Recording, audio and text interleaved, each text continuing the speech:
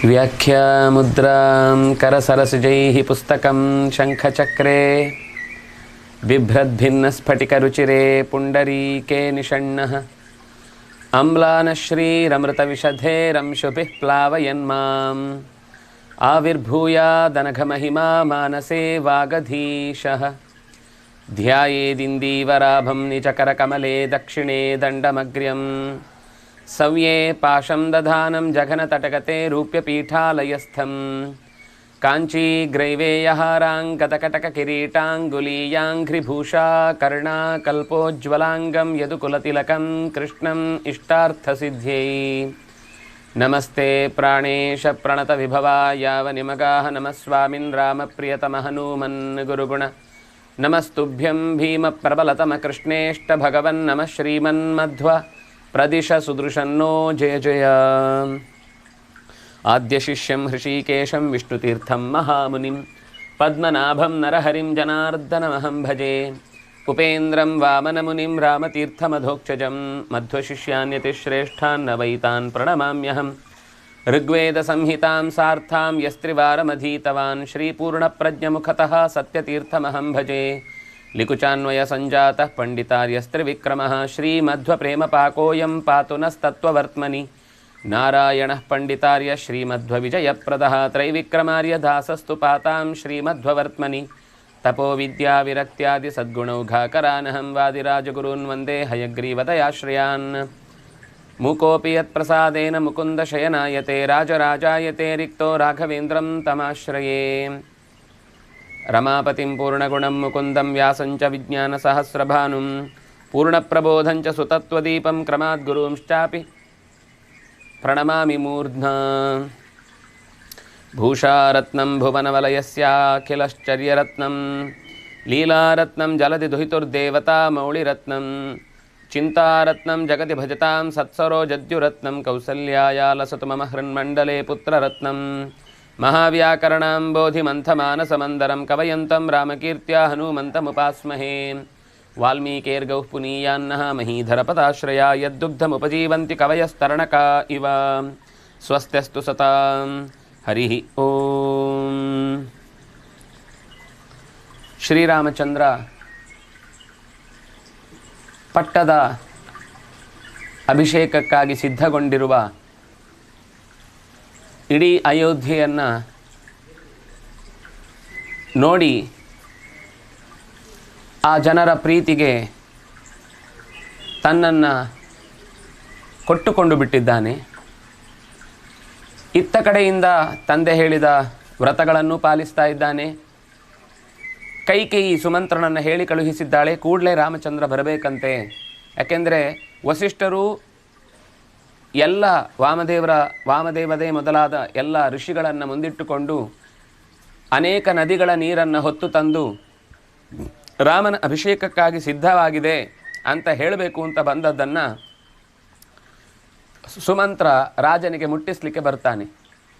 ಆ ಹೊತ್ತಿಗೆ ರಾಜ ಏನೂ ಮಾತನಾಡದೆ ಮೌನದಿಂದ ಇದ್ದದ್ದನ್ನು ನೋಡಿ ಕೈಕೇಯಿಯೇ ರಾಮಚಂದ್ರನನ್ನು ಕರೆದುತಾ ಅಂತನ್ನುವ ಮಾತನ್ನು ಸುಮಂತ್ರನಿಗೆ ಹೇಳಿದಾಗ ಸುಮಂತ್ರ ರಾಮನಲ್ಲಿಗೆ ಬಂದು ಅದೇ ವಿಷಯವನ್ನು ತಿಳಿಸ್ತಾನೆ. ಸೀತೆಯ ಒಡನೆ ಅತ್ಯಂತ ಸಂಭ್ರಮದಿಂದ ಅಲ್ಲಿರುವ ಎಲ್ಲ ಜನರು ಸೇರಿಕೊಂಡು ಆ ಅಭಿಷೇಕದ ವಿಷಯದ ಕುರಿತಾಗಿ ಅಲ್ಲಿಯ ವಾತಾವರಣದ ಘಟನೆಗಳ ಕುರಿತಾಗಿ ಮಾತನಾಡ್ತಾ ಇರುವುದನ್ನು ನೋಡಿ ಸುಮಂತ್ರ ಸಂತೋಷ ಪಡ್ತಾನೆ. ರಾಮಚಂದ್ರ ಸೀತೆಯು ಅದನ್ನು ಕೇಳಿ ಆನಂದ ಪಡ್ತಾ ಇರ್ತಾರೆ. ಕೈಕೇಯಿಯ ಜೊತೆಗೆ ದಶರಥ ನಿನ್ನನ್ನು ಕಾಣುವ ಬಯಕೆಯಲ್ಲಿದ್ದಾನೆ ಅಂತಂದಾಗ ಕೂಡಲೇ ಸೀತೆಗೆ ಹೇಳಿ ಹೊರಡುತ್ತಾನೆ. ಹೊರಡುವ ದಾರಿಯಲ್ಲಿ ಜನಗಳು ಹಲಹಲ ಅನ್ನುವ ಶಬ್ದದಿಂದ ರಾಮಚಂದ್ರನನ್ನು ಕಾಣುವುದಕ್ಕಾಗಿ ಕಾತರದಿಂದಿದ್ದ ಕಣ್ಗಳಿಗೆ ಈಗ ತಂಪೆರೆಯುವ ಈ ಚಂದನದ ತಂಪು, ಚಂದಿರನ ಸೊಂಪು, ಇಂಪು ಇದು ಮನಸ್ಸಿಗೆ ಹಿತ ತಂದಿತು ಅಂತ ಪ್ರತಿಯೊಬ್ಬರೂ ಬಿಟ್ಟ ಕಣ್ಗಳಿಂದ ರಾಮನನ್ನೇ ನೆಟ್ಟು ಕುಡಿತಾ ಇರ್ತಾರೆ. ಅಲ್ಲೊಂದು ಮಾತು ಬಂದದ್ದು, ಯಶ್ಚ ರಾಮಂ ನ ಪಶ್ಯೇತ್ತು ಎಂಚ ರಾಮೋ ನ ಪಶ್ಯತಿ ನಿಂದಿತ ಸವಸೇಲ್ಲೋಕೆ ಸ್ವಾತ್ಮಾಪ್ಯೇವಂ ವಿಗ್ರಹತೆ. ತನ್ನಂತಾನೇ ಬೈಕೊಳ್ತಾ ಇದ್ರಂತೆ. ರಾಮ ನಮ್ಮನ್ನು ನೋಡಲಿಲ್ಲ ಅಂದರೆ ಅಥವಾ ರಾಮನನ್ನು ನಾವು ನೋಡಲಿಲ್ಲ ಅಂದರೆ ನಮ್ಮ ಬದುಕಿಗೆ ಅರ್ಥವೇ ಇಲ್ಲ ಅಂತ. ಅಂತಹ ಒಂದು ಹೆಗ್ಗಳಿಕೆ ಅದು ರಾಮನ ದರ್ಶನಕ್ಕಿತ್ತು. ರಾಮನೂ ನೋಡಿದ ದರ್ಶನ, ರಾಮನನ್ನು ನೋಡಿದ ದರ್ಶನದ ಸುಖವನ್ನು ಜನ ಸಂತೋಷ ಪಡ್ತಿದ್ರು. ರಾಮಚಂದ್ರ ಆಯಾ ವರ್ಗದವರು ಮಾಡಬೇಕಾದ ಕರ್ತವ್ಯವನ್ನು ಸರಿಯಾಗಿ ಮಾಡುವುದಕ್ಕೆ ಬೇಕಾದ ವಾತಾವರಣವನ್ನು ಕಲ್ಪಿಸಿ ಎಲ್ಲವೂ ಕೂಡ ಧಾರ್ಮಿಕವಾಗಿ ನಡೆಯುವುದಕ್ಕೆ ಅನುಕೂಲವನ್ನು ಮಾಡಿಕೊಟ್ಟಿದ್ದ. ಅದನ್ನೇ ಜನ ಹೇಳ್ತಾ ಸರ್ವೇಷಾಂ ಸಹಿ ಧರ್ಮಾತ್ಮ ವರ್ಣಾನಾಂ ಕುರುತೆ ದಯಾಂ, ಎಲ್ಲರ ಮೇಲೂ ಅತ್ಯಂತ ದಯೆ ತೋರಿದ್ದಾನೆ. ಯಾವುದೋ ಒಂದು ವರ್ಗದ ಮೇಲೆ ಅತ್ಯಂತ ಹೆಚ್ಚು ಪ್ರೀತಿ, ಇವರು ನಮ್ಮ ವರ್ಗದವರು ಹಾಗಾಗಿ ಇವ್ರ ಮೇಲೆ ಪ್ರೀತಿ ಇದೆ, ಇವರು ನಮ್ಮ ವರ್ಗದವರಲ್ಲ ಹಾಗಾಗಿ ಇವರಿಗೆ ಏನು ಸರ್ಕಾರದ ಯೋಜನೆಗಳನ್ನು ರಾಜ್ಯಾಧಿಕಾರದ ಸವಲತ್ತುಗಳನ್ನು ಕೊಡಬಾರದು ಅಂತ ರಾಮ ಯಾವತ್ತೂ ಮಾಡುವುದಿಲ್ಲ. ಇದು ರಾಮನ ನಿಜವಾದ ನಿಷ್ಪಕ್ಷಪಾತವಾದಂತಹ ಆಡಳಿತಕ್ಕೆ ಹಿಡಿದ ಕೈಗನ್ನಡಿ ಅಂತ ಎಲ್ಲರೂ ತಮ್ಮ ತಮ್ಮ ವರ್ಣಾನುಷ್ಠಾನಗಳನ್ನು, ಧರ್ಮಾನುಷ್ಠಾನಗಳನ್ನು, ಕರ್ಮಾನುಷ್ಠಾನಗಳನ್ನು ಮಾಡಲಿಕ್ಕೆ ರಾಮಚಂದ್ರ ಚೆನ್ನಾಗಿ ಅವಕಾಶ ಕೊಟ್ಟಿದ್ದಾನೆ ಅಂತ ಹೇಳಿಕೊಂಡು ತಿರುಗ್ತಾ ಇದ್ದಾರೆ. ರಾಮನನ್ನು ನೋಡಿ ಅವರಲ್ಲಿ ಸಂತೋಷ ಮಡುಗಟ್ಟಿಬಿಟ್ಟಿದೆ. ತಂದೆಯ ಅರಮನೆಯೊಳಗೆ ಪ್ರವೇಶ ಮಾಡಿ ಅವರ ಕಾಲುಗಳಿಗೆ ಎರಗಿ ನಮಸ್ಕರಿಸಿದ್ದಾನೆ. ಅಂತೆಯೇ ಕೈಕೇಯಿಯನ್ನು ಕೂಡ ನಮಸ್ಕರಿಸಿದ್ದಾನೆ. ಆದರೆ ತಂದೆಯ ಪ್ರತಿಕ್ರಿಯೆ ಯಾಕೋ ತುಂಬ ರಾಮ ಅಂತ ಕರೆದದ್ದು ಬಿಟ್ಟರೆ ನೋಡಲಿಲ್ಲ, ಮತ್ತೆ ಮುಂದಿದ್ದು ಮಾತನಾಡಲಿಲ್ಲ. ಅದು ರಾಮ ಬಂದಿದ್ದಾನೆ ಅಂತನ್ನೋದೊಂದು ಗೊತ್ತಾಗಿ ತಕ್ಷಣದಲ್ಲಿ ಆಡಿದ ಮಾತೊಂದು ಬಿಟ್ಟರೆ ಮತ್ತು ಯಾವ ಮಾತುಗಳನ್ನು ಕೂಡ ರಾಮಚಂದ್ರ ದಶರಥ ಆಡದೇ ಹೋದಾಗ ರಾಮಚಂದ್ರ ತುಂಬ ಗಾಬರಿಯಾಗಿ ನನ್ನಿಂದ ಏನಾದರೂ ಬೇಸರ ಆಯಿತಾ, ನಾನು ಏನಾದರೂ ತಪ್ಪು ಮಾಡಿದ್ದೇನಾ, ಅವರು ಹೇಳಿದಂತೆ ನಡ್ಕೊಳ್ಳುವ ವಿಷಯದಲ್ಲಿ ನಾನು ಹಿಮ್ಮೆಟ್ಟಿದ್ದೇನಾ, ಅಥವಾ ಅವರು ಹೇಳಿದ ವ್ರತದಲ್ಲಿ ಆಚರಣೆ ಆಗಿಲ್ಲ ಅಂತ ಅವರಿಗೆ ಏನಾದರೂ ಅಸಮಾಧಾನ ಆಗಿದೆಯಾ ಏನು ಅಂತ ಗೊತ್ತಾಗದೆ ತಾಯಿಯನ್ನು ಕೇಳ್ತಾನೆ. ಕಚ್ಚಿನ್ಮಯ ನಾಪರಾಧಂ ಅಜ್ಞಾನಾದ್ಯೇನ ಮೇ ಪಿತಾ, ನಾನು ಏನೂ ತಪ್ಪು ಮಾಡಿಲ್ಲ, ಅಕಸ್ಮಾತ್ ಯಾರೋ ತಪ್ಪು ತಿಳಿಸಿ ನನ್ನ ಬಗ್ಗೆ ಕೋಪ ಬಂದಿದೆಯೋ, ಖಂಡಿತ ಏನಾದರೂ ಕೋಪ ಇದ್ದರೆ ನೀನೇ ಸ್ವಲ್ಪ ಮಾತನಾಡಿ ನನ್ನ ಪರವಾಗಿ ಹೇಳಿ ನಾನು ಏನು ತಪ್ಪು ಮಾಡಿದ್ದೇನೆ ಅಂತ ತಿಳ್ಕೊಂಡು ಹೇಳು, ಅಥವಾ ನಾನು ತಪ್ಪು ಮಾಡಿಲ್ಲ ಅನ್ನೋದನ್ನು ತಿಳಿಸಿ ಹೇಳು. ಶಾರೀರಿಕವಾದ ಮಾನಸಿಕವಾದ ಯಾವತ್ತೂ ಕೂಡ ಅವರು ತಪ್ಪಿಗೆ ಅಂದರೆ ತನ್ನನ್ನು ತಾನು ಶಿಕ್ಷೆಗೆ ಒಳಪಡಿಸಿಕೊಳ್ಳುವವರಲ್ಲ. ಅಷ್ಟು ಸುಲಭದಲ್ಲಿ ಯಾವತ್ತೂ ಕೂಡ ಎಂಥ ಕೋಪದಲ್ಲಿದ್ದರೂ ನನ್ನನ್ನು ನೋಡಿದ ತಕ್ಷಣ ಎಲ್ಲವನ್ನೂ ಮರೆತು ಮತ್ತೆ ಮೊದಲಿನಂತಾಗುವವರು ಇವತ್ತು ನನ್ನನ್ನು ನೋಡಿಯೂ ಏನು ಮಾತನಾಡ್ತಾ ಇಲ್ಲ, ಏನಿದು ದುರವಸ್ಥೆ ಅಂತ ನನಗೆ ಅರ್ಥ ಆಗ್ತಾ ಇಲ್ಲ ಅಂತ ಹೀಗೆ ಹೇಳಿದಾಗ ಏವ ಉಕ್ತಾತು ಕೈಕೇಯಿ ರಾಘವೇಣ ಮಹಾತ್ಮನ ಉವಾಚೇದಂ ಸುನಿರ್ಲಜ್ಜ ದೃಷ್ಟಮಾತ್ಮಹಿತಂ ವಚಃ. ನಾನು ನಿಜವಾಗಿಯೂ ನನ್ನನ್ನು ತಿದ್ದಿಕೊಳ್ಳಿಕ್ಕೆ ಈ ಪ್ರಶ್ನೆ ಕೇಳ್ತಾ ಇದ್ದೇನೆ, ಏನಾಗಿದೆ ಅನ್ನೋದನ್ನು ಹೇಳಿ.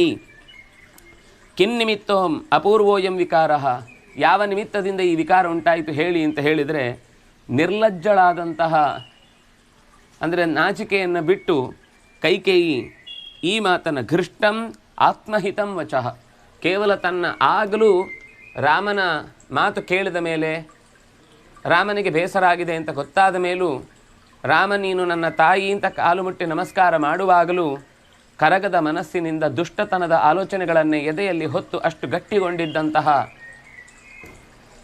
ಆಲೋಚನೆಯನ್ನು ಮತ್ತೆ ರಾಮನ ಮುಂದೆ ಇಡ್ತಾಳೆ. ನರಾಜ ಕುಪಿತೋ ರಾಮ ವ್ಯಸನಂ ನಾಸ್ಯ ಕಿಂಚನ ಕಿಂಚಿನ್ಮನೋಗತಂ ತ್ವಸ್ಯ ತ್ವದ್ಭಯಾನ್ನಾಭಿಭಾಷತೆ. ಅವನ ಮನಸ್ಸಲ್ಲಿ ಒಂದು ದೊಡ್ಡ ವಿಷಯ ಇದೆ, ಅದನ್ನು ಹೇಳುವುದಕ್ಕೆ ಸೋಲ್ತಾ ಇದ್ದಾನೆ. ಕಾರಣ ನಿನ್ನ ಭಯ, ನೀನು ಎಲ್ಲಿ ಮರಳಿ ಪ್ರತ್ಯುತ್ತರ ಕೊಟ್ಟು ಅವನ ಭಾವನೆಗಳನ್ನು ಧಕ್ಕೆ ಮಾಡ್ತೀಯೋ ಏನು ಅಂತ.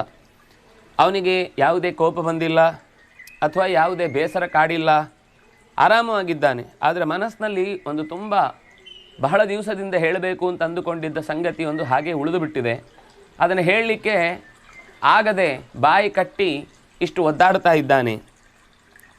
ಪ್ರಿಯಂ ತ್ವಾಮ ಪ್ರಿಯಂ ವಕ್ತುಂ ವಾಣಿ ನಾಸ್ಯೋಪವರ್ತತೆ ತದವಶ್ಯಂ ತ್ವಯಾ ಕಾರ್ಯಂ ಯದನೇನಾಶ್ರುತಂ ಮಮ. ಮೊದಲಿಗೆ ಅವನೇನೋ ಹೇಳಬೇಕು ಅಂತಿದ್ದಾನೆ ಅಂತ ಅವನ ಭಾವನೆಗಳನ್ನು ಎದುರಿಸಿ ಆಮೇಲೆ ನಿಧಾನಕ್ಕೆ ಅದು ನನಗೋಸ್ಕರ ಕೊಟ್ಟ ಮಾತು ಅಂತ ಜೋಡಿಸ್ತಾಳೆ. ಅದು ಪ್ರಿಯ ಆಗಿರಬಹುದು, ನಿನಗೆ ಅಪ್ರಿಯವಾಗಿರಬಹುದು. ಆದರೆ ಅದನ್ನು ನಿನ್ನ ಹತ್ರ ಹೇಳಲಿಕ್ಕೆ ತುಂಬ ಹೆದರ್ತಾ ಇದ್ದಾನೆ ದಶರಥ. ವಾಣಿ ನಾಸ್ಯೋಪವರ್ತತೆ, ಮಾತು ಹೊರಡ್ತಾ ಇಲ್ಲ. ನಿನ್ನ ಹತ್ತಿರ ಈ ಮಾತನ್ನು ಆಡಲಿಕ್ಕೆ ಕಷ್ಟ ಆಗ್ತಾ ಇದೆ. ತದವಶ್ಯಂ ತ್ವಯಾ ಕಾರ್ಯಂ, ಆದರೆ ನೀನು ಆ ಕಾರ್ಯವನ್ನು ನಡೆಸಿಕೊಡಬೇಕು. ನೀನು ಆ ಕಾರ್ಯವನ್ನು ನಡೆಸಿಕೊಡಲೇಬೇಕು. ಯಾಕೆಂದರೆ ಅನೇನ ಮಮ ಆಶ್ರುತಂ, ಅದು ನನಗೆ ಕೊಟ್ಟ ಮಾತು. ನನಗೆ ಒಂದು ಕೊಟ್ಟ ಮಾತನ್ನು ನಿನ್ನ ಹತ್ರ ಹೇಳಲಿಕ್ಕೆ ಅವನು ಹೆದರ್ತಾ ಇದ್ದಾನೆ. ನೀನು ಅದನ್ನು ನಡೆಸಿಕೊಟ್ರೆ ನನಗೆ ಕೊಟ್ಟ ಮಾತನ್ನು, ನಿಮ್ಮ ಅಪ್ಪ ಅಮ್ಮ ಕೊಟ್ಟ ಮಾತನ್ನು ಉಳಿಸಿಕೊಳ್ಳುವುದಕ್ಕೆ ಸಾಧ್ಯವಾಗುತ್ತೆ. ಅತಿಸೃಜ್ಯ ದದಾನೀತಿ ವರಂ ಮಮ ವಿಷಾಂಪತಿ ಸನಿನರ್ಥಂ ಗತಜಲೆ ಸೇತುಂ ಬಂಧಿತುಮಿಚ್ಛತಿ. ನನಗೆ ಹಿಂದೆಯೇ ನನ್ನನ್ನು ಅತ್ಯಂತ ಗೌರವದಿಂದ ಕಂಡು ಮಾತುಗಳನ್ನು ಕೊಟ್ಟಿದ್ದ. ಈಗ ಕೊಟ್ಟ ಮಾತಿಗಾಗಿ ಯಾಕಾದರೂ ಈ ಮಾತು ಕೊಟ್ಟನೋ ಅಂತ ಪಶ್ಚಾತ್ ತಪ್ಯತೆ ರಾಜ ಯಥಾನ್ಯ ಪ್ರಾಕೃತಸ್ತಥ. ಲೋಕದಲ್ಲಿ ಯಾರೋ ಒಬ್ಬ ಸಾಮಾನ್ಯ ಮನುಷ್ಯ ಏನಾದರೂ ಒಂದು ಮಾತು ಕೊಟ್ಟು ಅದೆಲ್ಲ ನಾನು ಹೇಳಲೇ ಇಲ್ಲ ಅಂತ ನಿರಾಕರಿಸುವಂತೆ ನಿಮ್ಮ ತಂದೆ ಆ ಮಾತನ್ನು ನಿರಾಕರಿಸುವ ಹಂಬಲದಲ್ಲಿ ನಿನಗೆ ಈ ಮಾತನ್ನು ಹೇಳಲಿಕ್ಕೆ ಹೆದರ್ತಾ ಇದ್ದಾನೆ. ನನಗೆ ಕೊಟ್ಟ ಮಾತನ್ನು ಉಳಿಸಿಕೊಳ್ಳುವುದರಲ್ಲಿ ಸೋಲ್ತಾ ಇದ್ದಾನೆ. ಹೇಳುವುದನ್ನು ಬಹಳ ಗಂಭೀರವಾಗಿ ಅತಿಸೃಜ್ಯ ಕೊಟ್ಟೇ ಬಿಡ್ತೇನೆ ಅಂತ ಹೇಳಿದ್ದು, ಈಗ ನೀರಿಲ್ಲದ ನದಿಗೆ ಸೇತುವೆಯನ್ನು ಕಟ್ಟುವುದಕ್ಕೆ ಹೊರಟಂತೆ ಮಾತುಗಳಲ್ಲಿ ಒದ್ದಾಡ್ತಾ ಇದ್ದಾನೆ. ಸನಿರರ್ಥಂ ಗತಜಲೆ ಸೇತುಂ ಬಂಧಿತುಮಿಚ್ಛತಿ. ಈಗ ಮಾತು ಕೊಟ್ಟಾಗಿದೆ, ಅವಕಾಶ ಬಂದಾಗಿದೆ, ನಡೆಸಿದ್ರಲ್ಲಿ ಏನೂ ತಪ್ಪಿಲ್ಲ, ಹಾಗೇ ಹೋಗ್ಬೋದು. ನೀರಿಲ್ಲ ಆದಾಗ ನಡ್ಕೊಂಡು ಹಾಗೆ ಹೋಗ್ಬೋದು. ಆದರೂ ಒಂದು ಸೇತುವೆ ಕಟ್ಟಿ ಆ ಮೂಲಕ ಒಂದು ವಿಷಯವನ್ನು ಹೇಳಬೇಕು ನಿನಗೆ ಅನ್ನುವ ಕಷ್ಟದ ಸ್ಥಿತಿಯನ್ನು ಹೊಂದಿದ್ದಾನೆ. ದಶರಥನ ಪರಿಸ್ಥಿತಿಯನ್ನು ಅವನ ತಲೆಯಲ್ಲಿ ಯೋಚನೆಯಲ್ಲಿ ಏನಿತ್ತು ಅನ್ನೋದಕ್ಕಿಂತ ಹೆಚ್ಚು ಇವಳೇ ತನಗೆ ಬೇಕಾದಂತೆ ಅದನ್ನು ಮ್ಯಾನಿಪುಲೇಟ್ ಮಾಡಿಕೊಂಡು ಬೇಕಾದಾಗೆ ಹೇಳ್ತಾ ಇದ್ದಾಳೆ. ಆದರೆ ಅದರಲ್ಲಿ ಯಾವುದನ್ನು ನಿರಾಕರಿಸುವ ಸ್ಥಿತಿಯಲ್ಲಿ ದಶರಥ ಇರಲಿಲ್ಲ. ಮಾತಾಡಿದಷ್ಟು ಇನ್ನೂ ಧರ್ಮ ಮೂಲಮಿದಂ ರಾಮ ವಿದಿತಂಚ ಸತಾಮಪಿ ತತ್ಸತ್ಯಂಚ ತ್ಯಜೇದ್ರಾಜ ಕುಪಿತಸ್ತ್ವತ್ಕೃತೆ ಯಥಾ. ನಿನ್ನ ಕೋಪಕ್ಕೆ ಒಳಗಾಗ್ತೇನೆ ಅಂತನ್ನುವ ಭಯದಿಂದ ತನ್ನ ಮಾತನ್ನು ತ್ಯಾಗ ಮಾಡಲಿಕ್ಕೆ ಹೊರಟಿದ್ದಾನೆ. ಇದು ಧರ್ಮ ಮೂಲ, ಧರ್ಮಕ್ಕೆ ಅನುಗುಣವಾಗಿ ಕೊಟ್ಟ ಮಾತು. ಧರ್ಮ ನಷ್ಟ ಆದರೂ ತೊಂದರೆ ಇಲ್ಲ, ನೀನು ಕೋಪ ಮಾಡಿಕೊಳ್ಬಾರ್ದು ಅಂತ ಯೋಚನೆ ಮಾಡ್ತಾ ಇದ್ದಾನೆ. ಧರ್ಮ ಮೂಲಮಿದಂ ರಾಮ ವಿದಿತಂಚ ಸತಾಮಪಿ, ಇದು ಸಜ್ಜನರಿಗೆಲ್ಲರಿಗೂ ಗೊತ್ತಿರುವ ಸಂಗತಿ.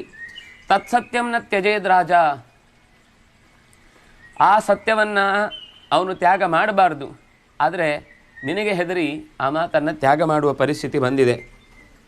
ಯದಿ ತದ್ವಕ್ಷ್ಯತೆ ರಾಜ ಶುಭಂ ವಾ ಯದಿ ವಾ ಶುಭಂ ಕರಿಷ್ಯತಿ ತತಃ ಸರ್ವಂ ಆಖ್ಯಾಸ್ಯಾಮಿ ಪುನಸ್ತ್ವಹಂ.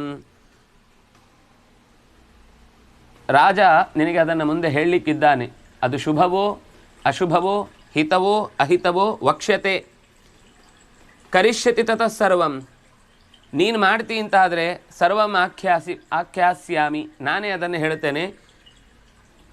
ನೀನು ಅವನ ಮಾತಿಗೋಸ್ಕರ ಅಲ್ಲಿ ತನಕ ಕಾಯಬೇಕಾದ ಅಗತ್ಯ ಇಲ್ಲ. ಪುನಸ್ತ್ವಹಂ, ನಾನೇ ಆ ಮಾತನ್ನು ಹೇಳ್ತೇನೆ. ಪುನಸ್ತ್ವಹಂ ಕಥಯಿಷ್ಯಾಮಿ ಆಖ್ಯಾಸ್ಯಾಮಿ. ಯದಿ ತ್ವಭಿಹಿತಂ ರಾಜ್ಞಾ ತ್ವಯಿ ತನ್ನ ವಿಪತ್ಸ್ಯತೆ ತತೋಹಂ ಅಭಿಧಾತ್ಸ್ಯಾಮಿ ನ ಹ್ಯೇಷ ತ್ವಯಿ ವಕ್ಷ್ಯತಿ. ರಾಜ ಈಗ ಈ ಮಾತನ್ನು ಹೇಳಲಿಕ್ಕೆ ಹೊರಟ ಅಂದರೆ ಅವನಿಗೆ ಕಷ್ಟ ಆಗುತ್ತೆ. ನೀನು ಒಂದು ವೇಳೆ ಅದನ್ನು ಅವನು ಹೇಳಿದ ಮಾತನ್ನು ನಡೆಸಿಕೊಡ್ತೀನಿ ಅಂತಾದರೆ ಮಾತ್ರ ನಾನು ಹೇಳ್ತೀನಿ. ಇದು ಅವನ ಮಾತನ್ನು ನಾನು ಹೇಳ್ತಾ ಇದ್ದೇನೆ ಅಷ್ಟೇ. ಮಾತವನದ್ದು, ಬಾಯಿ ನನ್ನದು. ನೀನು ನಡೆಸ್ತೀನಿ ಅಂತಾದರೆ ಮಾತ್ರ ಹೇಳ್ತೇನೆ. ಇಲ್ಲಾಂದರೆ ರಾಜ ಹೇಳಿದ ಮಾತನ್ನು ನೀನು ನಡೆಸಲಿಲ್ಲ ಅಂತ ಮತ್ತು ಒಂದು ನಾವೇ ಎಳೆದುಕೊಂಡು ಆಪತ್ತಿಗೆ ಬಿದ್ದಂತಾಗುತ್ತೆ. ಅಹೋಧಿಂಗ್ ನಾರ್ಹಸೇ ದೇವಿ ವಕ್ತುಂ ಮಾಮೀದೃಶಂ ವಚಃ ಅಹಂ ಹಿ ವಚನಾದ್ರಾಜ್ಞಃ ಪತೇಯಮಪಿ ಪಾವಕೆ. ಅಯ್ಯೋ ತಾಯಿ, ಅಹೋಧಿಂಗ್, ಧಿಕ್ಕಾರ, ಈ ರೀತಿ ನೀವು ಹೇಳಬಾರ್ದು. ನೀವು ಅಂದರೆ ನಿನಗೆ ಹೇಳಲಾ, ನಾನು ಹೇಳಿದ್ದನ್ನು ಮಾಡಿಕೊಡ್ತೀಯಾ, ನೀನು ಮಾಡ್ತೀನಿ ಅಂತಾದರೆ ಮಾತ್ರ ಹೇಳ್ತೇನೆ. ಈ ಮಾತನ್ನು ಯಾವುದನ್ನು ನೀವು ಹೇಳಬಾರ್ದು. ಅಹೋಧಿಂಗ್ ಮಾಮ್, ನನಗೆ ಧಿಕ್ಕಾರ. ಈ ಮಾತು ನೀವು ಯಾಕೆ ಆಡ್ತಾ ಇದ್ದೀರಿ ನನಗೆ ಗೊತ್ತಿಲ್ಲ. ಕೈಕೇಯ್ಯ ಸಮುದಾಹೃತಂ, ನೀವು ಹೇಳಿದ ಮಾತನ್ನು ನಾನು ಯಾವತ್ತೂ ನಿರಾಕರಿಸುವುದು ಅಂತಿಲ್ಲ. ಅಹಂ ಹಿ ವಚನಾದ್ ರಾಜ್ಞಃ ಪತೇಯಮಪಿ ಪಾವಕೆ. ಅಕಸ್ಮಾತ್ ರಾಜ ಹೇಳಿದ ಅನ್ನುವ ಕಾರಣ, ರಾಜ ಹೇಳಿದ ಅನ್ನುವುದು ನಿಜವಾದರೆ ನಾನು ಬೆಂಕಿಗೆ ಹಾರಲಿಕ್ಕೂ ತಯಾರಿದ್ದೇನೆ. ರಾಜ ಹೇಳಿರಬೇಕು, ರಾಜ ಹೇಳಿದ್ರಲ್ಲಿ ಏನೋ ಖಂಡಿತ ಒಂದು ಕಾರಣ ಇದ್ದೇ ಇರುತ್ತೆ. ನಾನು ಅದನ್ನು ಯೋಚಿಸುವುದೇ ಇಲ್ಲ. ರಾಜ ಹೇಳಿದ ಮಾತಿಗಾಗಿ ನಾನು ಬೆಂಕಿಗೆ ಹಾರುವುದಕ್ಕೂ ಸಿದ್ಧ. ಭಕ್ಷೇಯಂ ವಿಷಂ ತೀಕ್ಷ್ಣಂ, ಅತ್ಯಂತ ತೀಕ್ಷ್ಣವಾದ ವಿಷವನ್ನು ತಿಂದೇನು. ಮಜ್ಜಯೇಯಂ ಚ ಅರ್ಣವೇ, ಸಮುದ್ರದಲ್ಲಿ ಹೋಗಿ ಮುಳುಗಿಬಿಟ್ಟೇನು, ಮಧ್ಯಕ್ಕೆ ಹೋಗಿ ಮತ್ತೆ ಮೇಲೆ ಬರದಂತೆ. ನಿಯುಕ್ತೋ ಗುರುಣ ಪಿತ್ರ ನೃಪೇಣ ಚ ಹಿತೇನ ಚ, ನಾನು ಗುರುಗಳಿಂದ, ತಂದೆಯಿಂದ, ರಾಜನಿಂದ, ನನ್ನ ಹಿತೈಷಿಯಾದಂತಹ ಅವರಿಂದ ನಾನು ನಿಯುಕ್ತ, ನಾನು ಅವರ ಮಾತಿಗೆ ಬದ್ಧ. ಅವರು ನನ್ನನ್ನು ಚೆನ್ನಾಗಿ ನಡೆಸಿಕೊಡ್ತಾರೆ, ನೋಡಿಕೊಳ್ತಾರೆ ಅಂತ ಅನ್ನೋದು ನನ್ನ ನಂಬಿಕೆ. ತದ್ಬ್ರೂಹಿ ವಚನಂ ದೇವಿ ರಾಜ್ಞೋ ಯದಭಿಕಾಂಕ್ಷಿತಂ. ಹಾಗಾದರೆ ರಾಜ ಏನನ್ನು ಬಯಸ್ತಾ ಇದ್ದಾನೆ, ಏನು ಅವನ ಅಪೇಕ್ಷೆ ಅಂತ ಅನ್ನೋದನ್ನು ದಯವಿಟ್ಟು ಹೇಳು. ಯದಭಿಕಾಂಕ್ಷಿತಂ, ರಾಜನ ಬಯಕೆ ಏನು. ಕರಿಷ್ಯೆ ಪ್ರತಿಜಾನೇ ಚ ರಾಮೋ ದ್ವಿರ್ನಾಭಿಭಾಷತೆ. ರಾಜನ ಮಾತೇನು ಹೇಳೋದನ್ನು. ತದ್ಬ್ರೂಹಿ ವಚನಂ ದೇವಿ, ದಯವಿಟ್ಟು ರಾಜನ ಅಪೇಕ್ಷೆ ಏನು ಹೇಳು. ರಾಜ ಏನನ್ನು ಬಯಸಿ ಈ ಮಾತನ್ನು ಆಡಬೇಕು ಅಂತ ಅಂದ್ಕೊಂಡಿದ್ದ. ಕರಿಷ್ಯೆ ಪ್ರತಿಜಾನೇಚ, ಪ್ರತಿಜ್ಞೆ ಮಾಡ್ತಾ ಇದ್ದೇನೆ, ನಾನು ನಡೆಸ್ತೇನೆ ಅಂತ. ರಾಮೋ ದ್ವಿರ್ನಾಭಿಭಾಷತೆ, ರಾಮ ಯಾವತ್ತು ಎರಡನೇ ಮಾತಾಡಲ್ಲ. ಒಂದನೇ ಮಾತಾಡಿದ್ದಕ್ಕೆ ವಿರುದ್ಧವಾಗಿ ಇನ್ನೊಂದು ಮಾತು ಬರಲ್ಲ. ಎರಡನೇ ಮಾತಾಡುವುದಿಲ್ಲ ಅಂದರೆ ಅದಕ್ಕೆ ಇನ್ನೊಂದು ಪ್ರತಿಯಾದ ಮಾತು, ಅದಕ್ಕೆ ವಿರುದ್ಧವಾದ ಇನ್ನೊಂದು ಮಾತು. ದ್ವಿರ್ನಾಭಿಭಾಷತೆ, ಎರಡನೇ ಮಾತೇ ಇಲ್ಲ. ಅದು ಒಂದೇ ಮಾತಿನಲ್ಲೇ ಒಂದು ಸರ್ತಿ ಆದಮೇಲೆ ಮಾಡೋ ಅಂತ ಇನ್ನೊಮ್ಮೆ ಹೇಳಬೇಕಾದ ಅಗತ್ಯ ಇಲ್ಲ.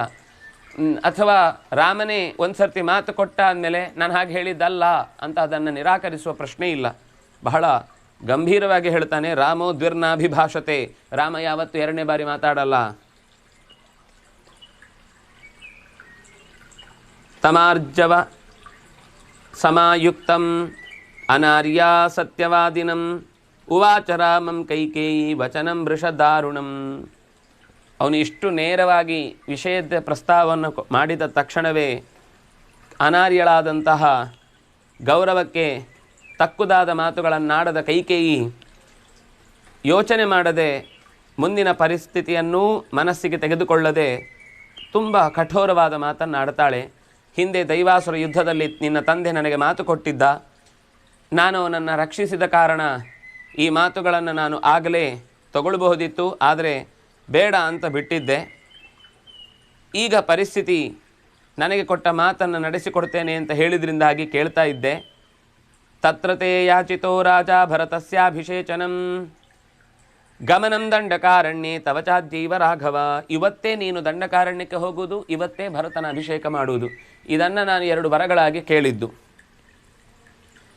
ಯದಿ ಸತ್ಯ ಪ್ರತಿಜ್ಞಂತ್ವಂ, ನೀನು ಹೇಳಿದ ಪ್ರತಿಜ್ಞೆ ಸತ್ಯವಾಗುವುದಾದರೆ, ನಿನ್ನ ತಂದೆಯ ಮಾತನ್ನು ಉಳಿಸುವುದಾದರೆ, ಆತ್ಮಾನಂಚ, ನಿನ್ನನ್ನು ನೀನು ಅತ್ಯಂತ ಪ್ರಾಮಾಣಿಕ ಅಂತ ನಂಬುವುದಾದರೆ, ಮಮ ವಾಕ್ಯಮಿದಂ ಶೃಣು, ನನ್ನ ಮಾತನ್ನು ನಡೆಸಿಕೊಡು, ಈ ಮಾತನ್ನು ಸರಿಯಾಗಿ ಕೇಳು. ಏನು? ಸನ್ನಿದೇಶೇ ಪಿತುಸ್ತಿಷ್ಠ, ತಂದೆಯ ಮಾತಿನಂತೆ ಬದ್ಧನಾಗಿ ನಡೆ. ಯಥಾನೇನ ಪ್ರತಿಶ್ರುತಂ, ಅವನೇ ಹೇಳಿದ್ದು, ನೀನು ತ್ವಯಾ ಅರಣ್ಯಂ ಪ್ರವೇಷ್ಟವ್ಯಂ 9 ವರ್ಷಾಣಿ ಪಂಚಚ, 9-5 ವನವಾಸಕ್ಕೆ ನೀನು, ವರ್ಷಗಳ ವನವಾಸಕ್ಕೆ ನೀನು ಸಿದ್ಧನಾಗಬೇಕು. ಇದು ರಾಜನಾದ ದಶರಥನೇ ಬಯಸಿದ ಬಯಕೆ. 14 ವರುಷಗಳ ಕಾಲ ನೀನು ದಂಡಕಾರಣ್ಯದಲ್ಲಿ ಜೀವನವನ್ನು ನಡೆಸಬೇಕು, ಕಾಡಿನಲ್ಲಿ ಬಾಳಬೇಕು. ಇದನ್ನು ನೀನು ಇವತ್ತೇ ನಡೆಸಿಕೊಡಬೇಕು. ಭರತ ಈ ಪಟ್ಟವನ್ನು ಏರ್ತಾನೆ. ನಿನಗೆ ಸಿದ್ಧಪಡಿಸಿದ ಎಲ್ಲ ಇದೇ ಸಂಭಾರಗಳು ಭರತನನ್ನು ಸಿಂಹಾಸನದಲ್ಲಿ ಕೂಡಿಸುವುದಕ್ಕೆ ಕಾರಣವಾಗಬೇಕು. 7 ವರ್ಷಾಣಿ, 7 ಕೂಡಿಸಿದ ಈ 14 ವರ್ಷಗಳ ಕಾಲದಲ್ಲಿ ನೀನು ವನವಾಸವನ್ನು ಮಾಡುವುದು. ಮತ್ತು ಈಗಲೇ ಜಟಾಜಿನ ಧರೋವಸ, ಬರೀ ಹೋಗುವುದು ಅಂದರೆ ಇಲ್ಲಿಂದೆಲ್ಲ ಪಟಾಲಂ ತೆಗೆದುಕೊಂಡು ಹೋಗಿ ಅಲ್ಲಿ ಮತ್ತೆ ವೈಭವದಿಂದ ಬದುಕುವುದಲ್ಲ. ಈಗಲೇ ಕೇವಲ ಇಲ್ಲಿಯ ಎಲ್ಲ ವಸ್ತುಗಳನ್ನು ತೊರೆದು ಚೀರವಸನಧಾರಿಯಾಗಿ ವಲ್ಕಲವನ್ನು ತೊಟ್ಟು ಅಜಿನವನ್ನುಟ್ಟು ನೀನು ಹೊರಡಬೇಕು. ಜಟೆಯನ್ನು ತೊಡಬೇಕು. ಈಗದ ಹಾಗೆ ಚೆನ್ನಾಗಿ ಬಾಚಿ ಚೆನ್ನಾಗಿ ಅದಕ್ಕೆ ಕತ್ತರಿಸಿ ಕೂದಲನ್ನು ಅಲಂಕಾರ ಮಾಡಿಕೊಳ್ಳುವುದೆಲ್ಲ ಇಲ್ಲ. ಜಟಾಜಿನ ನೀನು ಜಟೆಯನ್ನು ಬಿಟ್ಟು ಕಾಡಿನ ಋಷಿಮುನಿಗಳಂತೆ ಬದುಕಬೇಕು. ಭರತ ಈ ಕೋಸಲ ದೇಶದ ರಾಜನಾಗ್ತಾನೆ. ಈ ಕುದುರೆ, ಆನೆ, ಸೈನಿಕರು ಇದೆಲ್ಲವೂ ಭರತನ ಸೊತ್ತಾಗುತ್ತೆ. ನೀನು ಹೊರಟಾಗ ಇವನ ಹಿಂದೆಯೇ ಒಂದಿಷ್ಟು ಸೈನ್ಯ ಹೋಗಲಿ, ಇವನ ಹಿಂದೆಯೇ ಒಂದಿಷ್ಟು ಸಂಪತ್ತು ಹೋಗಲಿ, ಇವನು ಇದ್ದಲ್ಲಿ ತೊಗೊಂಡೋಗಿ ಅವನಿಗೊಂದು ಅರಮನೆ ಕಟ್ಟಿ, ಇದು ಯಾವುದೂ ಇಲ್ಲ. ನೀನು ಇದೆಲ್ಲವನ್ನೂ ನಾನಾ ರತ್ನ ಸಮಾಕೀರ್ಣಂ ರಾಜ್ಯಂ, ಅನೇಕ ರತ್ನಗಳಿಂದ ಮುತ್ತುಗಳಿಂದ ಕೂಡಿದಂತಹ ಸಂಪತ್ತಿನ ವೈಭವ ಅದೆಲ್ಲವೂ ಭರತನ ಆಳ್ವಿಕೆಗೆ ಸಂಬಂಧಪಟ್ಟದ್ದಾಗಿ ಅದು ಸಿಗಬೇಕು. ಏತೇನ ತ್ವಾಂ ನರೇಂದ್ರೋ ಎಂ ಕಾರುಣ್ಯೇನ ಸಮಾಪ್ಲುತಃ, ನನಗೆ ಈ ಕೊಟ್ಟ ಮಾತನ್ನು ನಿನ್ನ ಮೇಲೆ ಕರುಣೆಯಿಂದ ನಡೆಸಲಿಕ್ಕಾಗದೆ ದಶರಥ ಮಾತಿಗೆ ಸೋತಿದ್ದಾನೆ, ಶೋಕದಿಂದ ಒದ್ದಾಡ್ತಾ ಇದ್ದಾನೆ. ನಶಕ್ನೋತಿ ನಿರೀಕ್ಷಿತುಂ, ನಿನ್ನಲ್ಲಿ ಕಣ್ಣಲ್ಲಿ ಕಣ್ಣಿಟ್ಟು ನೋಡ್ಲಿಕ್ಕೆ ಅವನು ಹೆದರ್ತಾ ಇದ್ದಾನೆ, ಅವನಿಗಾಗ್ತಾ ಇಲ್ಲ. ಇತೀವ ತಸ್ಯಾಂ ಪರುಷಂ ವದಂತ್ಯ ನಚೈವ ರಾಮ ಪ್ರವಿವೇಶ ಶೋಕಂ.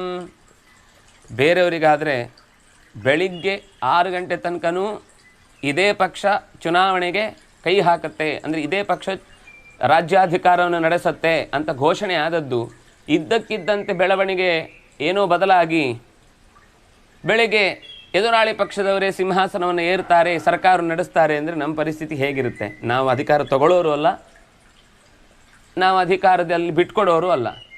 ಹಾಗಿದ್ರೂ ನಾವು ಅಯ್ಯೋ ಇದೆಲ್ಲ ಏನಾಗಿ ಹೋಯಿತು, ಯಾರೋ ಅಧಿಕಾರ ತಗೊಳ್ಳೋದು ಯಾರೋ ಅಧಿಕಾರ ಬಿಡೋದು ಅನ್ನೋ ಪರಿಸ್ಥಿತಿಯಲ್ಲಿ ಇದ್ದಾಗಲೇ ನಾವು ಇಷ್ಟು ಹರ್ಟಾಗ್ತೇವೆ.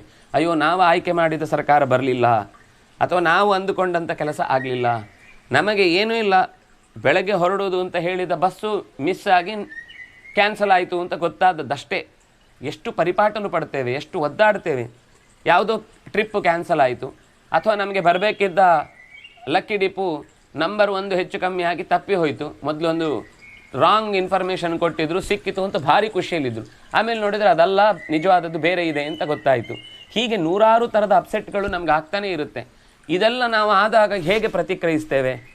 ಅಯ್ಯೋ ಅಸಾಧ್ಯವಾದ ಬದುಕು.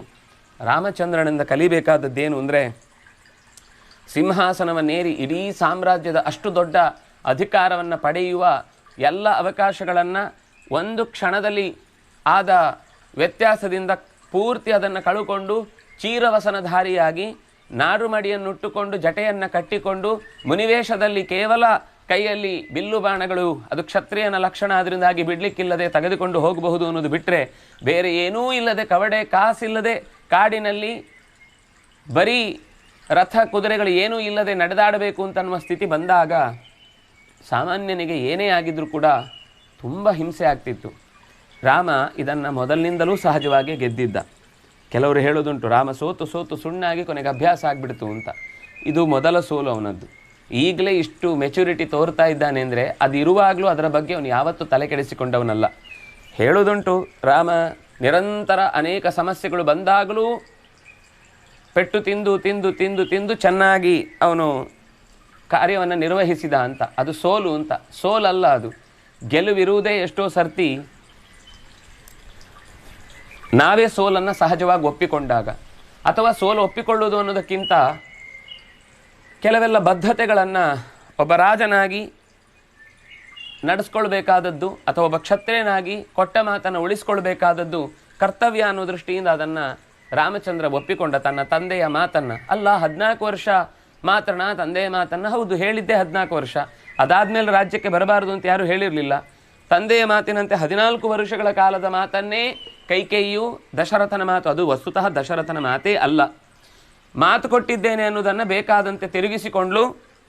ಹಾಗಾಗಿ 14 ವರ್ಷಗಳ ಕಾಲ ಕಾದ ಮರಳಿ ಬರುವಾಗಲೂ ಭರತನ ಮನಸ್ಥಿತಿಯಲ್ಲಿ ಅಕಸ್ಮಾತ್ ರಾಜ್ಯವನ್ನು ಆಳುವ ವಿಷಯದಲ್ಲಿ ತಾನೇ ಮುಂದುವರಿಬೇಕು ಅಂತನ್ನುವ ಒಂದು ಸಣ್ಣ ಗೆರೆ ಕಂಡಾಗಲೂ ನಾನು ಮತ್ತೆ ರಾಜ್ಯಕ್ಕೆ ತೆರಳುವುದಿಲ್ಲ ಅಂತ ಯೋಚನೆ ಮಾಡಿ ಅದೇ ಇನ್ಸ್ಟ್ರಕ್ಷನ್ನನ್ನು ಹನುಮಂತನಿಗೆ ಕೊಟ್ಟು ಬಂದವನು ರಾಮಚಂದ್ರ. ಹಾಗಾಗಿ ಕೇಳಲಿಕ್ಕೆ ಚೆನ್ನಾಗಿರುತ್ತೆ ಕೆಲವೆಲ್ಲ ಮಾತುಗಳು.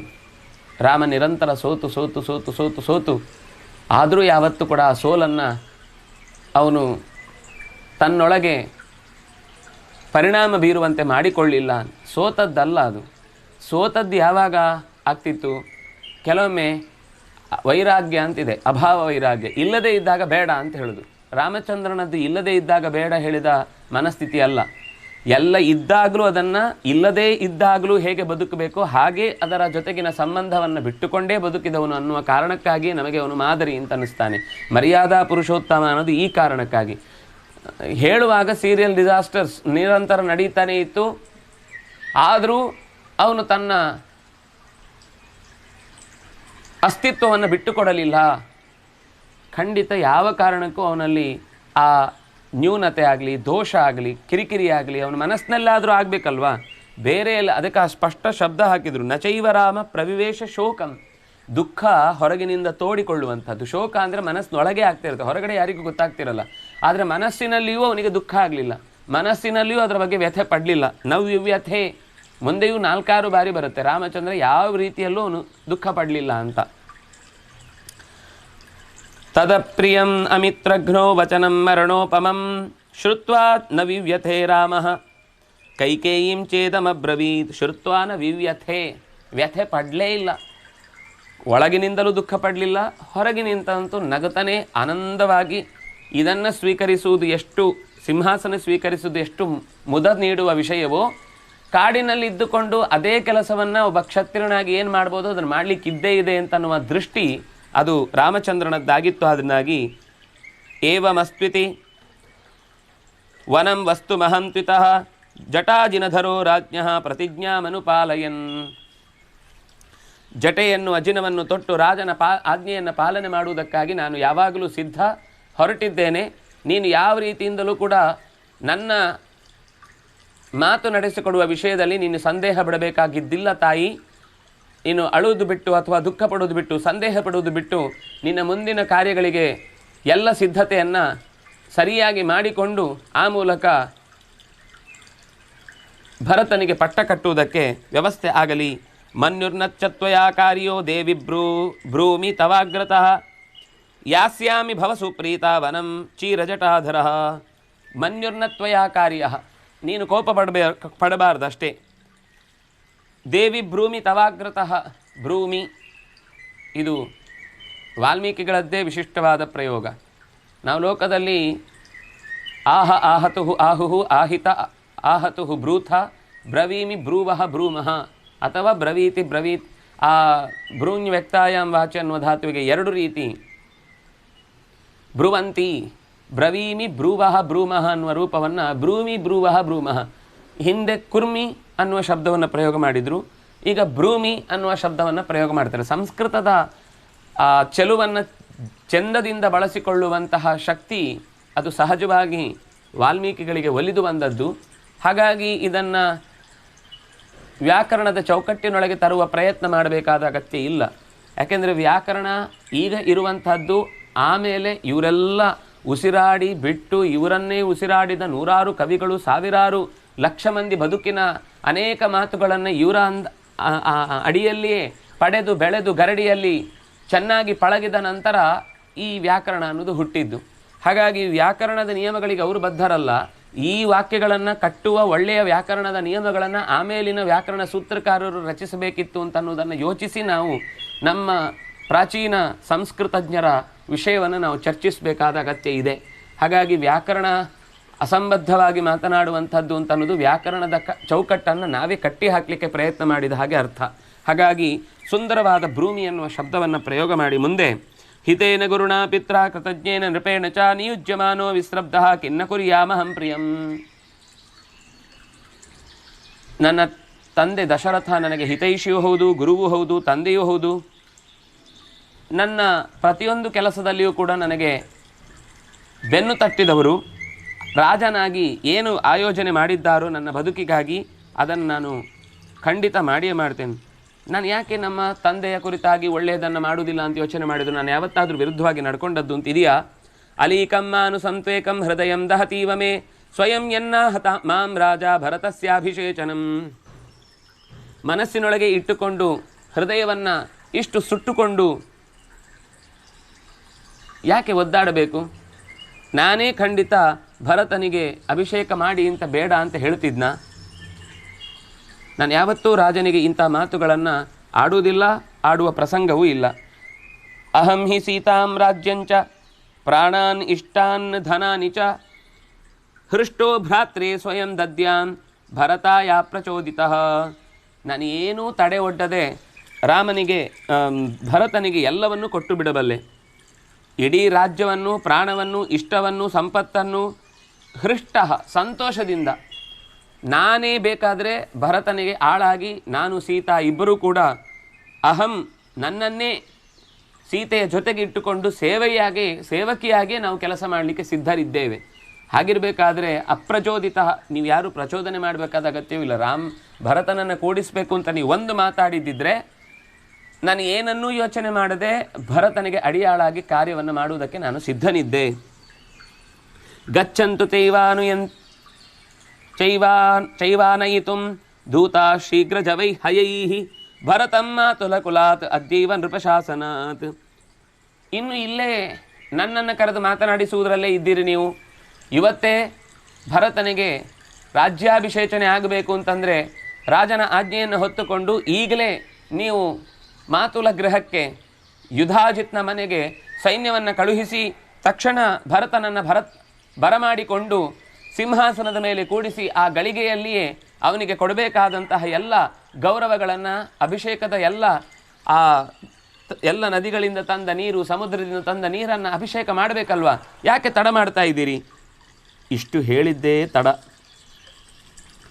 ನಾನಂತೂ ಇವತ್ತು ದಂಡಕಾರಣ್ಯಕ್ಕೆ ಹೊರಟಿದ್ದೇನೆ. ಸತ್ವರಃ ಕೂಡಲೇ ತಂದೆಯ ಮಾತನ್ನು ವಿರೋಧಿಸದೆ ನಡೆಸಬೇಕು ಅಂತನ್ನುವ ತೀರ್ಮಾನ ಆದಮೇಲೆ ಮತ್ತೆ ಇದರಲ್ಲೇನು ವಿಚಾರ ನನಗೆ ಮಾಡಲಿಕ್ಕಿಲ್ಲ. ಆದರೆ ನೀವು ಭರತನಿಗೆ ಕೂಡಿಸುವುದರಲ್ಲಿ ತಡ ಮಾಡಬೇಡಿ ಅಂತ ಇಷ್ಟು ಹೇಳಿದ ತಕ್ಷಣವೇ, ಹೌದಲ್ವಾ, ನೀನು ಹೇಳಿದ್ದು ಒಳ್ಳೆಯ ಮಾತು, ಏವಂಭವತು, ಆಗಲಿ ಯಾಸ್ಯಂತಿ ದೂತಾಹ, ಹೋಗ್ತಾರೆ ಈಗಲೇ, ಶೀಘ್ರಂ ಜವೈಹಯೈಹಿ, ಬೇಗ ಹೋಗುವಂಥ ಕುದುರೆಗಳನ್ನು ಭರತಂ ಮಾತುಲಕುಲಾತ್ ಉಪಾವರ್ತಯಿತುಂ ನರಾಹ, ಭರತನನ್ನು ಈ ಕೂಡಲೇ ನಮ್ಮ ಅರಮನೆಯ ಕಡೆಗೆ ಕರೆದುಕೊಂಡು ಬರುವುದಕ್ಕಾಗಿ ತುರಗಗಳ ದೊಡ್ಡ ಸಮೂಹವನ್ನೇ ಕೂಡಲೇ ಕರೆತರುವುದಕ್ಕಾಗಿ ಕಳುಹಿಸಿಕೊಡ್ತೇನೆ ಅಂತ ಹೇಳಿ ನಿರ್ಲಜ್ಜಳಾಗಿ ಗಟ್ಟಿಯಾಗಿ ಅದನ್ನೇ ಹೇಳ್ತಾಳೆ.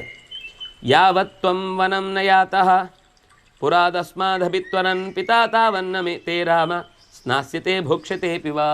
ಮತ್ತು ಒಂದು ಇಷ್ಟು ಕಠೋರವಾಗಿ ಮಾತಾಡ್ತಾಳೆ. ದಶರಥ ಹೇಳದೇ ಇದ್ದ ಮಾತು, ಆದರೆ ದಶರಥನಿಗೆ ನಾನು ಹೇಳಲಿಲ್ಲ ಅಂತ ಹೇಳಲಿಕ್ಕಾಗದ ಮಾತು. ಇವತ್ತೇ ಹೊರಡಬೇಕು ಅಂತ ಹೇಳಿತ್ತು. ಭರತನ ರಾಜ್ಯಾಭಿಷೇಕ ನೋಡಿಕೊಂಡು ಹೊರಡ್ಬೋದಲ್ವಾ ಅಂತ ಒಂದು ಕೇಳ್ತಾನೆ ಅಂತ ಅಂದುಕೊಂಡು, ನೀನು ಎಲ್ಲಿ ತನಕ ಇಲ್ಲಿಂದ ಹೊರಡುವುದಿಲ್ವೋ ಅಲ್ಲಿ ತನಕ ದಶರಥ ಸ್ನಾನ ಮಾಡುವುದಿಲ್ಲ, ಊಟ ಮಾಡುವುದಿಲ್ಲ ಅಂತ ಕೂತಿದ್ದಾನೆ ಅಂತ. ನ ಸ್ನಾಸ್ಯತೆ ಭೋಕ್ಷ್ಯತೆ ಚ, ಸ್ನಾನ ಮಾಡುವುದಿಲ್ಲ, ನೀರು ಕುಡಿಯುವುದಿಲ್ಲ, ಆಹಾರ ಸ್ವೀಕರಿಸುವುದಿಲ್ಲ. ನೀನು ಅರಮನೆಯಿಂದ ಕಾಲು ತೆಗೆದ ಮೇಲೆಯೇ ದಶರಥ ತನ್ನ ಹೊಟ್ಟೆಪಾಡು, ತನ್ನ ದೇಹದ ಕೊಳೆಯನ್ನು ತೊಳೆದುಕೊಳ್ಳುವ ಕೈಂಕರ್ಯಗಳಲ್ಲಿ ತೊಡಗಿಕೊಳ್ತಾನೆ ಅಂತ ಕೈಕೇಯಿ ಬಹಳ ತ್ವರೆ ತೋರಿಸುತ್ತಾ, ಅಭಿತ್ವರನ್, ಕೂಡಲೇ ಬೇಗ ಹೊರಡಲಿ ರಾಮಚಂದ್ರ, ಇದ್ದಷ್ಟು ಹೊತ್ತು ಜನ ಇನ್ನೇನಾದರೂ ಮಾಡಿ ಹೆಚ್ಚು ಕಮ್ಮಿ ಮಾಡಿ ಭರತ ಬೇಡ ನಮಗೆ ರಾಮನೇ ಬೇಕು ಅಂತ ಹೇಳಿ ಯಾರು ಅನ್ನುವ ಭಯದಿಂದ ಕೂಡಲೇ ಹೊರಡುವುದಕ್ಕೆ ಬೇಕಾದ ಒಂದು ಹೊಸ ತಂತ್ರವನ್ನು ಹೂಡಿ ರಾಮನಿಗೆ ಈ ಮಾತನ್ನು ಹೇಳುತ್ತಾಳೆ. ಯಾವತ್ವಂನ ವನಂ ಯಾತಃ, ಎಲ್ಲಿ ತನಕ ನೀನು ಕಾಡು ಪಾಲಾಗುವುದಿಲ್ಲವೋ ಅಲ್ಲಿ ತನಕವೂ ಕೂಡ ಪುರಾದಸ್ಮಾದ್ ಅಭಿತ್ವರನ್, ನೀನು ಕೂಡಲೇ ಈ ಊರೇ ಬಿಟ್ಟು ಹೋಗಬೇಕು. ಅರಮನೆ ಮಾತ್ರ ಅಲ್ಲ, ಎಲ್ಲೋ ಊರಿನ ಹೊರಭಾಗದಲ್ಲಿ ಮರದ ಕೆಳಗೆ ಕೂತು ಜನಗಳನ್ನು ಮಾತನಾಡಿಸ್ತಾ ಕೂತಿರ್ತಿ ಅಂತಂದರೆ ಜನಗಳೆಲ್ಲ ಅಲ್ಲಿ ಬಂದು ನೆರೀತಾರೆ ಹೊರತು ಭರತನ ಅಭಿಷೇಕದ ಸಮಾರಂಭಕ್ಕೆ ಬಂದು ಅವರ ಸಂತೋಷವನ್ನು ನೋಡಲಿಕ್ಕೆ ಇರುವುದಿಲ್ಲ ಅವರು. ಹಾಗಾಗಿ ನೀನು ಬೇಗ ಊರು ಬಿಡಬೇಕು. ರಾಜ್ಯ ಬಿಡುವುದು ಅದು ದಶರಥನಿಗೆ ಆಹಾರವನ್ನು ಸ್ವೀಕರಿಸಲಿಕ್ಕೆ ಒಂದು ಸಮಯ ಅಂತ ಒದಗಿ ಬರುತ್ತೆ.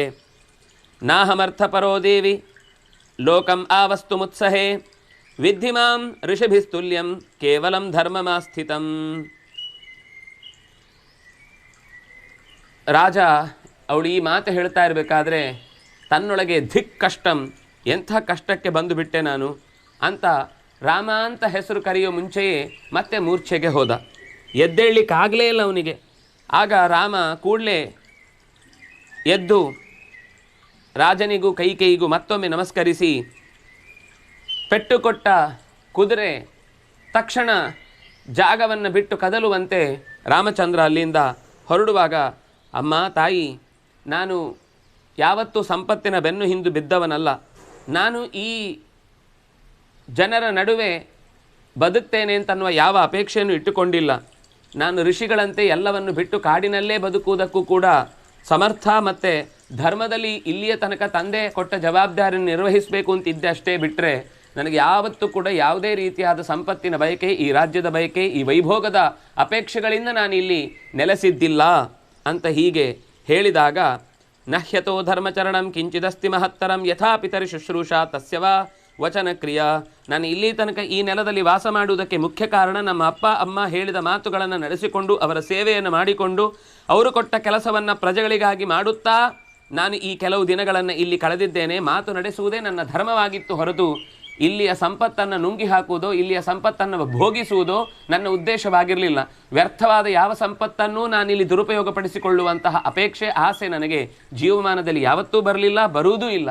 ನಾನು ಋಷಿಗಳಂತೆ ಏಕಾಂತದಲ್ಲಿ ಬದುಕಬೇಕು ಅಂತ ಬಯಸಿದವನು ಅಂತ ಹೀಗೆ ಹೇಳಿ, ನೀನು ಹೇಳಿದಂತೆ ನಿನ್ನ ತಂದೆಯ ಮಾತಿನಂತೆ ವನೇ ವತ್ಸ್ಯಾಮಿ ವಿಜನೆ, ಜನರಿಲ್ಲದಂತಹ ಕಾಡಿನಲ್ಲಿ ಸಂಪತ್ತುಗಳನ್ನು ಯಾವುದನ್ನು ಅಪೇಕ್ಷಿಸದೆ 14 ವರ್ಷಗಳ ಕಾಲ ಕಳೆದು ನೀನು ಹೇಳಿದ ಮಾತನ್ನು ನಡೆಸ್ತೇನೆ. ಭರತ ಈ ರಾಜ್ಯವನ್ನು ಪಾಲಿಸಲಿ, ನನ್ನದೊಂದು ಅಪೇಕ್ಷೆ ಇದೆ. ತಂದೆಯನ್ನು ಚೆನ್ನಾಗಿ ನೋಡಿಕೊಳ್ಳಿಕ್ಕೆ ಹೇಳು. ಅವನು ಯಾವತ್ತೂ ಕೂಡ ತಂದೆಯ ಕೆಲಸದಲ್ಲಿ ಹಿಂದೇಟು ಹಾಕದೇ ಇರಲಿ. ನೀನು ಅವನನ್ನು ಸರಿಯಾಗಿ ಕಿವಿ ಹಿಂಡಿ ಇಂಥ ವಿಷಯಗಳಲ್ಲಿ ತೊಡಗಿಸಬೇಕು. ಅವನು ಮಾಡ್ತಾನೆ ಗೊತ್ತು, ಆದರೆ ತಾಯಿಯಾಗಿ ನಿನ್ನದೊಂದು ಜವಾಬ್ದಾರಿ, ಇದನ್ನು ನಡೆಸುವುದಕ್ಕೆ ನೀನು ಅವನಿಗೆ ಪ್ರೇರೇಪಣೆ ನೀಡಬೇಕು. ನಾನು ದಂಡಕದ ಕಡೆಗೆ ಹೊರಡುತ್ತೇನೆ. ತಥಾ ಭವತ್ಯಾ ಕರ್ತವ್ಯಂ ಸಹಿಧರ್ಮ ಸನಾತನಃ. ನೀನು ತಂದೆಯ ಒಳ್ಳೆಯ ಆರೈಕೆಯನ್ನು ಮಾಡಬೇಕು, ಜೊತೆಗೆ ಭರತನಿಗೂ ಅದೇ ಆರೈಕೆಯನ್ನು ಮಾಡುವಂತೆ ನೀನು ಪ್ರಚೋದಿಸಬೇಕು. ಸರಾಮ ಪಿತರಂ ಕೃತ್ವ ಕೈಕೇಯಿಂಚ ಪ್ರದಕ್ಷಿಣಂ. ಆಗಲೇ ತಂದೆಗೂ ತಾಯಿಗೂ ಇಬ್ಬರಿಗೂ ಹೊರಗಿನಿಂದಲೇ ಒಂದು ಪ್ರದಕ್ಷಿಣೆಯನ್ನು ಬಂದು ಅಲ್ಲಿಂದ ಹೊರಟು ಆ ತಂದೆಯನ್ನು ಮತ್ತೊಂದು ಬಾರಿ ನೋಡಿ ಹೊರಡುತ್ತಾನೆ. ಹೊರಡುವಾಗ ಆ ತಂದೆಯ ಸುತ್ತಲೂ ನಿಂತಿದ್ದಂತಹ ಎಲ್ಲ ಸಜ್ಜನರನ್ನು ಮತ್ತೊಮ್ಮೆ ನೋಡಿ, ಅಲ್ಲಿರುವ ಎಲ್ಲ ಹಿರಿಯರನ್ನೊಮ್ಮೆ ಕಣ್ಣು ತುಂಬಿಕೊಂಡು, ತಂ ಪೃಷ್ಠತೋ ಪರಿಪೂರ್ಣಾಕ್ಷತಃ ಪುಷ್ಠತೋನು ಜಗಾಮಹ ಲಕ್ಷ್ಮಣ ಪರಮಕ್ರುದ್ಧ ಸುಮಿತ್ರಾನಂದವರ್ಧನ. ಆದರೆ ಇದೆಲ್ಲವನ್ನೂ ಕೂಡ ಹಲ್ಲು ಕಚ್ಚಿ ಸಹಿಸಿಕೊಂಡಿದ್ದವ ಕಣ್ಣಲ್ಲಿ ತುಂಬ ನೀರು ತುಂಬಿಕೊಂಡಿದೆ, ಅಳುವುದಕ್ಕಾಗ್ತಾ ಇಲ್ಲ, ಆದರೆ ಒಳಗಿನ ದುಃಖವನ್ನು ತಡಿಲಿಕ್ಕಾಗ್ತಾ ಇಲ್ಲ, ಉಳಿದವರ ಮೇಲೆ ಕೋಪವನ್ನು ತೋರಿಸ್ಲಿಕ್ಕಾಗ್ತಾ ಇಲ್ಲ. ಹಾಗಿರುವ ಲಕ್ಷ್ಮಣ ಏನು ಮಾತನಾಡದೆ ರಾಮ ಹೋದ ಹೆಜ್ಜೆಯನ್ನೇ ಚೂರೂ ತಪ್ಪದೆ ಅನುಸರಿಸಿಕೊಂಡು ಹಿಂದಕ್ಕೆ ಸಾಗುತ್ತಾ ಇದ್ದಾನೆ. ಸುಮಿತ್ರಾನಂದವರ್ಧನ ಪರಮಕ್ರುದ್ಧ. ಈ ಕೈಕೇಯಿಯ ನಾಟಕಗಳನ್ನು, ಯಾಕೆಂದರೆ ಯಾವಾಗ ನೀನು ಹೊರಡದೆ ತಂದೆ ಊಟನೂ ಮಾಡಲ್ಲ, ಸ್ನಾನನೂ ಮಾಡಲ್ಲ, ಏನೂ ಮಾಡಲ್ಲ, ಇಲ್ಲಿಂದ ಹೇಳಲ್ಲ ಅಂತ ಈ ಮಾತು ಹೇಳಿದಾಗ ಧಿಕ್ ಕಷ್ಟಂ ಅಂತ ದುಃಖಪಟ್ಟು ಮೂರ್ಛೆಗೆ ಹೋಗ್ತಾನೆ ದಶರಥ. ಅದನ್ನು ನೋಡಿದ ಲಕ್ಷ್ಮಣನಿಗೆ ಆಗಲೇ ಹಿಡಿದು ಬಡಿದು ಮುಗಿಸ್ಬಿಡಬೇಕು ಎಲ್ಲರನ್ನು, ಇಲ್ಲಿ ಇದ್ದವರನ್ನು ಅಂತ ಅನ್ನಿಸಿ ಕೋಪದಿಂದ ನಡುಗುತ್ತಾ ಇದ್ದಾಗಲೂ ರಾಮಚಂದ್ರನ ಕಣ್ಸನ್ನೆಯನ್ನು ಗಮನಿಸಿ, ರಾಮ ಅಕಸ್ಮಾತ್ ನಾನೇನಾದರೂ ಎಡವಟ್ಟು ಕೆಲಸ ಮಾಡಿದರೆ ನನ್ನನ್ನು ತಿರಸ್ಕರಿಸಿಬಿಡ್ತಾನೆ ಅಂತನ್ನುವ ಒಂದೇ ಕಾರಣಕ್ಕೆ ಲಕ್ಷ್ಮಣ ಸಹಿಸಿಕೊಂಡು ರಾಮನನ್ನು ಅನುಸರಿಸಿ ಬಂದ. ಹೊರಗಿನಿಂದ ಜನ ಅವನಿಗೆ ಹಿಡಿದಿದ್ದ ಛತ್ರ, ಚಾಮರ ಇತ್ಯಾದಿ ಅಲಂಕಾರಗಳನ್ನೆಲ್ಲ ನೋಡ್ತಾ ನೋಡ್ತಾ ಇದ್ದಂತೆಯೇ ವಿಸರ್ಜಿತ್ವ ಸ್ವಜನಂ ರಥಂ ಪೌರಾನ್ ತಥಾ ಜನಾನ್. ತನಗೆ ಕಾವಲಾಗಿ ಬಂದಿದ್ದವರನ್ನು ಪಕ್ಕಕ್ಕೆ ಸರಿಸಿದ, ನೀವಿನ್ ಬರಬೇಡಿ ಅಂತ ರಥಗಳನ್ನು ಅಲ್ಲೇ ನಿಲ್ಲಿಸಿದ. ಛತ್ರಗಳನ್ನು, ಚಾಮರಗಳನ್ನು ಹಿಡಿದವರನ್ನೆಲ್ಲರನ್ನೂ ಪಕ್ಕಕ್ಕೆ ಸರಿಸಿ ಜನರನ್ನೂ ದೂರಕ್ಕಿರಿಸಿ ಕೇವಲ ಲಕ್ಷ್ಮಣನೊಂದಿಗೆ ಕೂಡಿಕೊಂಡು ಅಲ್ಲಿಂದ ಜನರನ್ನು ಬಿಟ್ಟು ಹೊರಟ. ಧಾರೆಯನ್ನು ಮನಸಾ ದುಃಖಂ ಇಂದ್ರಿಯಾಣಿ ನಿಗೃಹ್ಯ ಚ. ಸುಮ್ಮನೆ ಒಳಗಿನಿಂದ ದುಃಖವನ್ನು ಕಟ್ಟಿಕೊಂಡು ಅಣ್ಣನ ಹಿಂದೆ ಸಾಗಿದ. ತಾಯಿಯ ಬಳಿಗೆ ರಾಮಚಂದ್ರ ಹೋದಾಗ ಅವನನ್ನೇ ಅನುಸರಿಸಿ ತಾಯಿಯ ಮನೆಯನ್ನು ಸೇರಿದ. ಈ ನಂತರ ತಾಯಿಯರ ಹತ್ರ ಏನು ಮಾತನಾಡಿದ? ಮಧುರವಾದ ಮಾತುಗಳಿಂದ ಅಮ್ಮನಿಗೆ ಮೊದಲು ಸಮಾಧಾನ ಹೇಳಬೇಕು. ಯಾಕೆಂದರೆ ಹೊರಡ್ತೇನೆ ಅಂತ ಅಷ್ಟೇ ಹೇಳಿದರೆ ತಾಯಿ ತುಂಬ ಕಂಗಾಲಾಗ್ತಾಳೆ ಅಂತ ಅವಳಿಗೂ ನಿಧಾನವಾಗಿ ಇಷ್ಟು ಹೇಳಬೇಕಾದ್ರೆ ಧೀರಾತ್ಮ, ಧೈರ್ಯವನ್ನು ತುಂಬಿಕೊಂಡಿದ್ದ ರಾಮ ಹೇಳುವ ವಿಷಯ ಸಾಮಾನ್ಯವಾದದ್ದಲ್ಲ. ಈಗ ಇನ್ನು ಸ್ವಲ್ಪ ಹೊತ್ತಿಗೆ ಸಿಂಹಾಸನ ಅಂತ ಇದ್ದದ್ದು ಇದ್ದಕ್ಕಿದ್ದಂತೆ ಕಾಡಿನ ವಾಸ ಅಂತ ಅನ್ನುವ ಪರಿಸ್ಥಿತಿ ಬಂದಾಗ ಎಂಥವರಾದರೂ ನಡುಗಿ ಕರಗಿ ಹೋಗ್ತಿದ್ರು, ಉಡುಗಿ ಹೋಗ್ತಿದ್ರು. ಆದರೆ ದಶರಥನ ಮಾತನ್ನು ನಡೆಸುವ ಯೋಚನೆಯಿಂದ ಸ್ವಲ್ಪವೂ ಹಿಂತೆಗೆದುಕೊಳ್ಳದೆ ಮನಸ್ಸನ್ನು ಅಷ್ಟೇ ತಾಳ್ಮೆಯಿಂದ ನಗುವ ಮೊಗವನ್ನು ಹೊತ್ತು ರಾಮಚಂದ್ರ ಆನಂದದಿಂದ ತಾಯಿ ಹತ್ರ ಸಮಾಧಾನದ ಮಾತುಗಳನ್ನು ಆಡ್ತಾನೆ. ಏನು ಮಾತುಗಳನ್ನು ಆಡ್ತಾನೆ ಅಂತ ಮತ್ತೆ ನಾಳೆ ದಿವಸ ಸೇರಿದಾಗ ನೋಡೋಣ ಅಂತ ಹೇಳ್ತಾ, ಕಾಯೇನ ವಾಚ ಮನಸ ಇಂದ್ರಿಯರ್ವಾ ಬುದ್ಧಿಯ ಆತ್ಮನಾವ ಅನುಸೃತ ಸ್ವಭಾವ ಕರೋಮಿ ಯದ್ಯತ್ ಸಕಲಂ ಪರಸ್ಮೈ ನಾರಾಯಣಾಯೇತಿ ಸಮರ್ಪಯಾಮಿ. ಪ್ರತಿನಿತ್ಯವೂ ಕೂಡ ತಾಳ್ಮೆಯಿಂದ ಪ್ರಾರ್ಥನೆಯನ್ನು ಮಾಡೋಣ. ಅದರ ಜೊತೆಗೆ ನಮ್ಮ ಪರಿಸರದಲ್ಲಿ ಮುಂದೆ ನಮ್ಮ ಇಡೀ ಜೀವನದ ಕ್ರಮವೇ ಅಷ್ಟು ಸಲೀಸಾಗಿರುವುದಿಲ್ಲ. ಎಲ್ಲವೂ ಒಂದು ರೀತಿ ಸಂದೇಹಾಸ್ಪದವಾದ ನಡೆಗಳೇ ಇರ್ತವೆ. ಅಂದರೆ ಯಾರನ್ನೂ ಕೂಡ ನಾವು ಮೊದಲಿನಂತೆ ಅತ್ಯಂತ ಆತ್ಮೀಯವಾಗಿ ಮಾತನಾಡಿಸುವುದಕ್ಕೆ ಕಷ್ಟ ಆಗುತ್ತೆ. ಇದನ್ನೆಲ್ಲ ಸಹಿಸಿಕೊಂಡು ನಾವು ಸೋಷಿಯಲ್ ಡಿಸ್ಟೆನ್ಸ್ ಅನ್ನುವ ಅನಿವಾರ್ಯವಾದಂತಹ ಅಂತರವನ್ನು ಕಾಯ್ದುಕೊಳ್ಳುವ ವ್ಯವಹಾರವನ್ನು ಎಲ್ಲ ಕಡೆ, ಅದು ಕೇವಲ ಮನೆ ಅಂತ, ತೋಟ ಅಥವಾ ಗದ್ದೆ ಅಥವಾ ಅಂಗಡಿ ಅಥವಾ ಹೊರಗಿನ ವ್ಯವಹಾರದ ಕ್ಷೇತ್ರಗಳು ಅಂತಲ್ಲ, ನಾವಿರುವ ಯಾವುದೇ ಜಾಗದಲ್ಲಾದರೂ ಕೆಲವು ದಿನಗಳ ಕಾಲ ಈ ಅಂತರವನ್ನು ಕಾಯ್ದುಕೊಳ್ಳಲೇಬೇಕಾಗತ್ತೆ. ಕೆಲವು ದಿನಗಳು ಅಂದರೆ ಸುಮಾರು ಇನ್ನೂ ಒಂದು 4-5 ತಿಂಗಳು ಇಂತಹ ಪರಿಸ್ಥಿತಿ ಮುಂದುವರಿಬಹುದು.